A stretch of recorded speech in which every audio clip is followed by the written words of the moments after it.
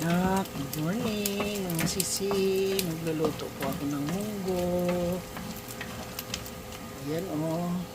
Ayan. Ayan gulay. Tapos nagsupas po ako. Luto ng aking supas. Ayan. Kasi gusto ng mga apo ko. Magluto daw ako ng supas. Ayan. Luto na. Okay. Igigisa ko na ang aking munggo para sa munggo.